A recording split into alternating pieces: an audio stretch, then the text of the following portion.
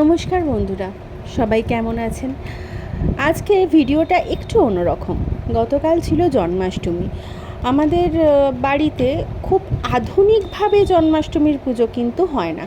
একদম বনেদিভাবে আগেকার দিনে যেরকম পুজো হতো, আমাদের বাড়ির পুজোটাও ঠিক সেরকমই।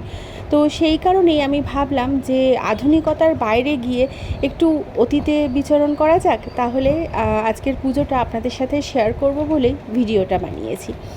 এখানে যে ঠাকুরগুলো দেখছেন, এগুলো আমার ঠাকুমার ঠাকুর। অর্থাৎ এগুলোর বয়স প্রায় 40-50 বছর তো হবেই। যে প্রতিমাগুলো রয়েছে 40-50 বছর তো হবেই।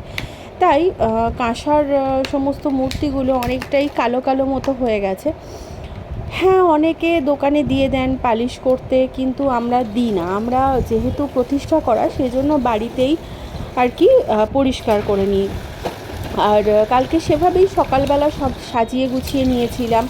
তারপর ভোগ রান্নার ব্যাপার ছিল। আমি আর আমার সেজো জেঠিমা মিলে ভোগ রান্না করেছি। আমি প্রত্যেক বছর কিছু না কিছু একটা নতুনত্ব মিষ্টি ট্রাই করি। অন্যান্য মিষ্টি কিনে আসে, আর তো কালকে বানিয়েছিলাম মথুরার প্যাঁড়া। এই প্যাঁড়া রেসিপিটা আমি তাড়াতাড়ি শেয়ার করব।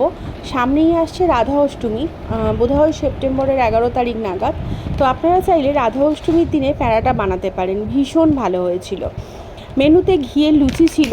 হ্যাঁ, মেনুই বলবো, কারণ অবশ্যই আমাদের প্রিয় গোপালের জন্মদিন বলে কথা। তো গোপালের জন্মদিনের মেনু যেটা ছিল, আটকড়াই ভাজা তো মাস্ট, সাথে লুচি, আলু ভাজা, পটল ভাজা, সন্দেশ, তালফুরুলি, নারকেল নাড়ু, এগুলো তো মাস্ট। আর বাকি অন্যান্য জিনিসগুলো তো ছিলই।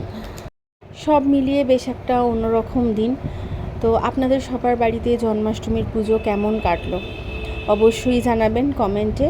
আর ভালো লাগলে সাবস্ক্রাইব করে পাশে থাকবেন। দেখা হবে আবার অন্য ভিডিওতে। আজ তবে আসি, ধন্যবাদ।